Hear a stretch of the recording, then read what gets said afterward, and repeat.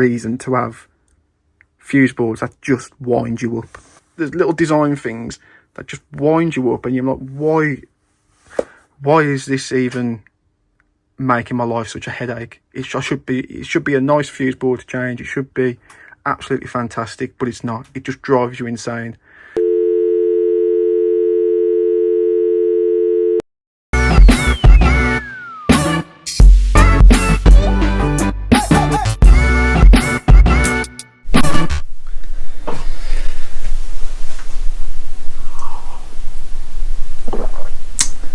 Alright, so Aidan from Hacker Electrical, and today's job is sorting out all of this.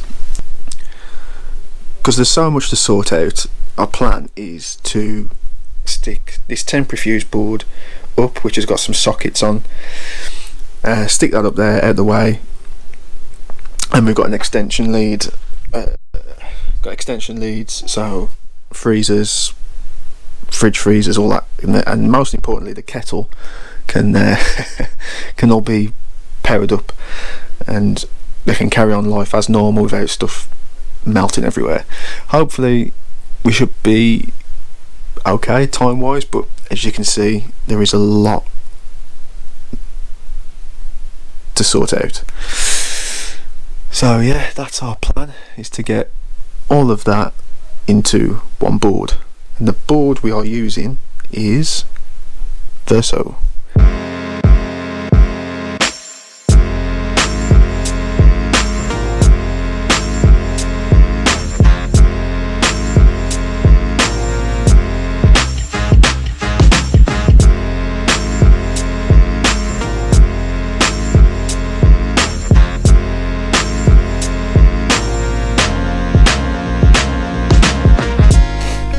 This is the Verso.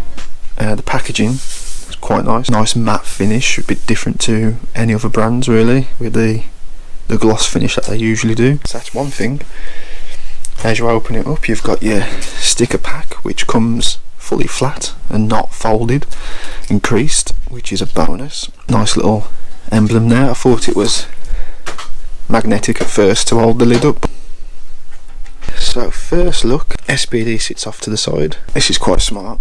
You've got your buzz bars, your earth buzz bar, your neutral buzz bar on some kind of plastic frame. Very nice, do like that. Main switch with the tails clamp. Now usually I don't get on very well with tails clamps, don't know about yourselves, but I don't usually get on with them very well. So it'd be interesting to see how this Verso one stacks up. There's your buzz bar, which is like a, I don't know what that is, pinned silver.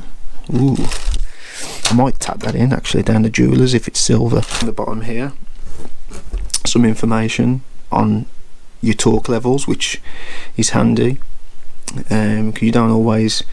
Oh, and it's also printed on the devices themselves, on the terminals, but that's good to know just in case. Triangle, which I've heard about and I've never actually used or seen before, but this triangle, you basically use that to be able to level up your fixings without trying to hold it, and which has also got a little bubble level built in, so we'll check that against my levels and see how accurate that is, because I know you can manipulate it, but this one seems to stick where it is, but we'll check that. That seems pretty cool. But so this is the fuse board in question, and to be honest with you, should this EV point have ever been installed, because I mean, like, those, I'm pretty sure, 16mm. I mean, yeah, all the bonding's been done. That's my temporary earth for our temporary fuse board, just to give us some power, power up the kettle, power up our batteries and stuff like it, our batteries on charge, and keep the fridges on and stuff. But like, this is the kind of stuff that we have got to contend with, deal with, figure out what does what, And these are the alarm cables which go to the alarm box in there, which we are going to relocate. We're going to bring them through, stick them on this on the ply that I've got, stick our new board on the ply, batten it off, try and make it look a bit better, because we've got all of this, like that's the EV point. It's not armoured, no, that's not armoured, but yeah, in my opinion that EV point should never have been installed with the supply in this condition. I mean, like, there's even the screw isn't even secure. So yeah, let's whip the cover off and I'll show you what's inside, because yep, absolutely beautiful. So yeah, I'm just going to drop these tiles out and kill all this, figure out what it does, get it all labelled up, and get our hero and saviour Verso, wherever I've put it, on the case. Sweet.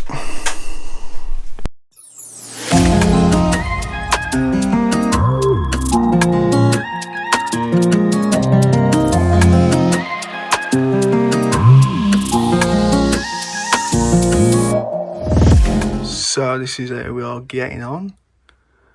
Fuse board stripped out, labelled up, everything as I can.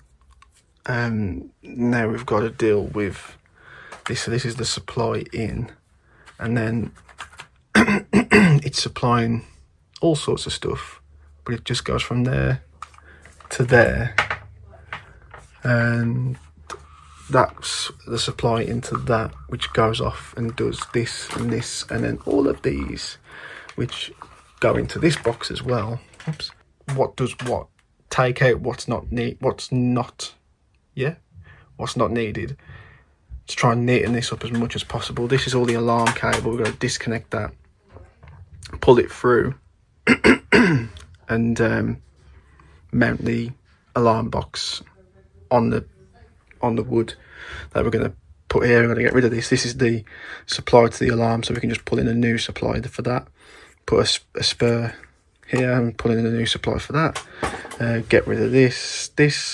Yeah, so there's some kind of sensor thing in there, control thing, can't remember exactly what it was, but yeah, that goes through to that, which was from here, which was fed off, which was linked up with this. So I think that's the switch live out, then that goes out and it goes, I think, into there, which then comes back up, and oh god, who knows. So there's lots going on, but we're getting through it bit by bit. Okay, we're all stripped back. Still got to take out the alarm cables, but we're going to do that in a second. I've pretty much got kind of an idea what's going on there. So circuits there. Kind of got an idea what some of these are doing. So a lot of it is just switch wires. For some reason, a lot of switch wires. So I know there's some outside lights, but there's a lot of switch wires. So yeah, we're pretty much ready to go. I'm just cutting up some timber now to make a frame, which will sit that on, cut that down to size. So that'll be cut down to size and that'll fit on top of that frame, and we can bring all our cables back entry, but we will extend those existing ones just because they're a bit on the short side, and we want to try and bring the fuse board down slightly lower, a bit more easy to access, but keeping out of the way, because there's shelving here that the customers kindly moved out of the way for us for today. So yeah, we're getting there now. I'm just going to get this timber frame knocked up, and then I'm going to sort out all the alarm cables. So yeah, a little bit of progress. Ignore the fact that I cut this board at 900 and not 940. So ignore that bit of timber there, I'm going to cut that down. So yeah, the board's going to sit in this bottom right corner. Those cables, the existing we're going to bring through back entry into a JB, DIN rail terminals, extend back out, back entry into our board, and then the house alarm box will sit there, and the cables will come through. Just having that disconnected now. Let's see how it's getting on actually. How are you getting on? Yeah, it is. So yeah, all those will be disconnected. Just labelling them up, making sure it's very thorough is our Tom. He's going to make sure that can come all through nicely and not get mixed up.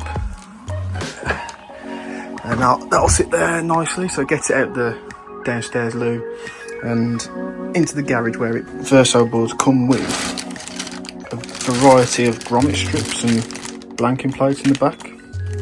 So these oval knockouts fit perfectly into here. So that's what we're going to be using today. I do provide grommet strip, so if you just wanted to grommet around the one rather than using the knockouts, you could. So I find that really quite useful, because I know Hager have like a similar system. You have to buy those separately. I've also got some like buzz bar end caps there. So there's like ways you can do it and make it your own install.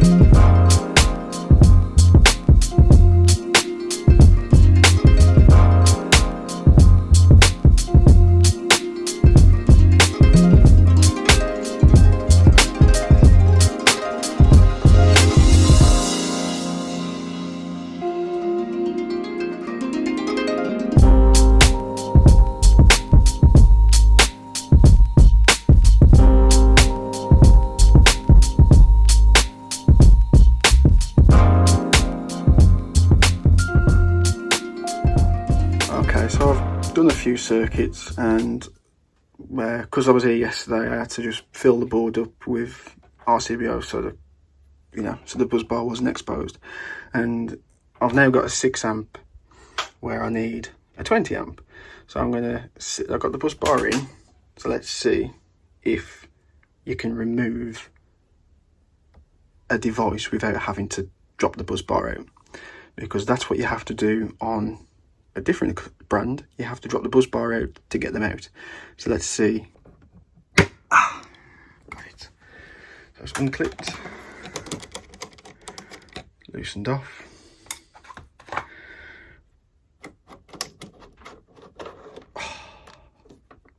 Look at that, absolutely brilliant. So you can take a device out without having to remove the buzz bar. Mint.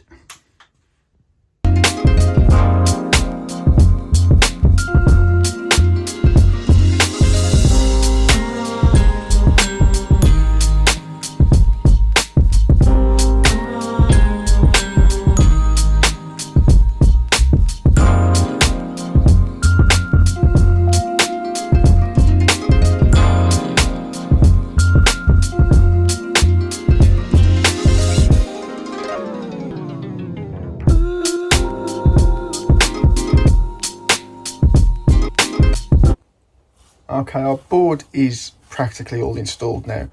I'm just going around doing a bit of testing. I've already made a little bit of a start. I've got the ring final circuits all tested.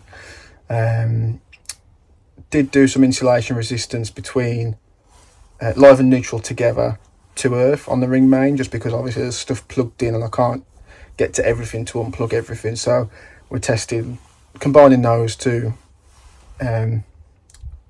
bypass all that, and should be getting a good reading. But I've got 3.4 ohms, something like that, mega ohms. So obviously it's passable, but it's not great. But it just could be something that's plugged in into the circuit. I know upstairs has got a lot of gaming stuff with like the computers and stuff, so there might be like an extension lead with some fancy equipment plugged into that, so that might be giving us a bit of a false reading.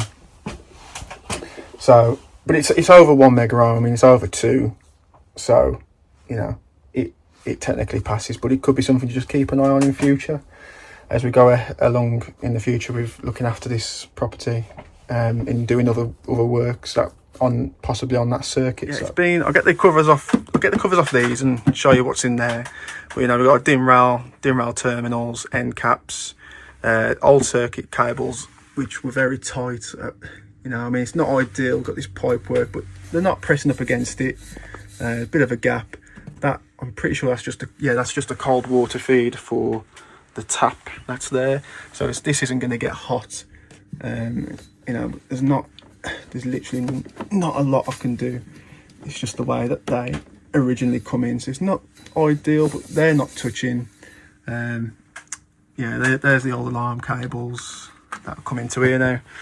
So yeah, it's been a pretty involved job, to be honest, because there was junction boxes everywhere, and the junction boxes were all interlinked, which went through there into the hallway where there's a 3-gang light switch which controls the outside lights. So you've got your soffit lights, you've got the wall lights out there. I don't know if you can see, but there's a couple of wall lights on that wall, and then there's a porch light. So that was all wired through there, but rather than just, you know, going through there was a junction box there, there was a junction box here, there was an RCD unit here, there was an old fuse unit there, and it's just been absolutely manic. But I'm going to redo these because I did them in a bit of a rush. These obviously need to be shortened down, so we can get those shortened down. Change these blocks for the Proteus coloured ones, the brown and the blue coloured ones. So that's all. So then obviously this temporary board that we had put in for them so they could keep the kettle on for us. This because he's obviously going to go back with us today. So yeah, I mean, overall this board's been an absolute dream to install. I've got to figure out what I'm going to do with all these fly leads, but I think I'll just tuck them down the back there and get those out of the way. Yeah, I mean, it's not my work probably loses it down more than anything. So my hang-ups that I've come across are obviously that SPD being all over the shop, loosening the side down. I can't get it to go flat. It's close, but it's not quite. The knockout on the side where you would bring, I mean, I nearly knocked it out, but I thought I'd just check it. That knockout there is 40mm. It's a 40mm knockout, and I have no idea why, because all your glands are 30, that's a 32mm gland. I think all your glands these days are 32mm. Even if you brought in a 3-core 25mm armoured, it's a 32mm gland. So you have got to be careful with that, because I think, yeah, that bottom one is a 32, the top one's a 32, but the side one is a 40, and I don't know why. So I've said to him, like, you need to just change that to a 32, because if we wanted a 40, just get a cone cutter or a 40mm hole saw and just drill through and open it up bigger. But yeah, I can't see the need really for a 40mm knockout. So they're the couple of bad points, which, to be honest, aren't that bad really, and they'll probably change it as they change the boards in the future, as they upgrade them and change them about.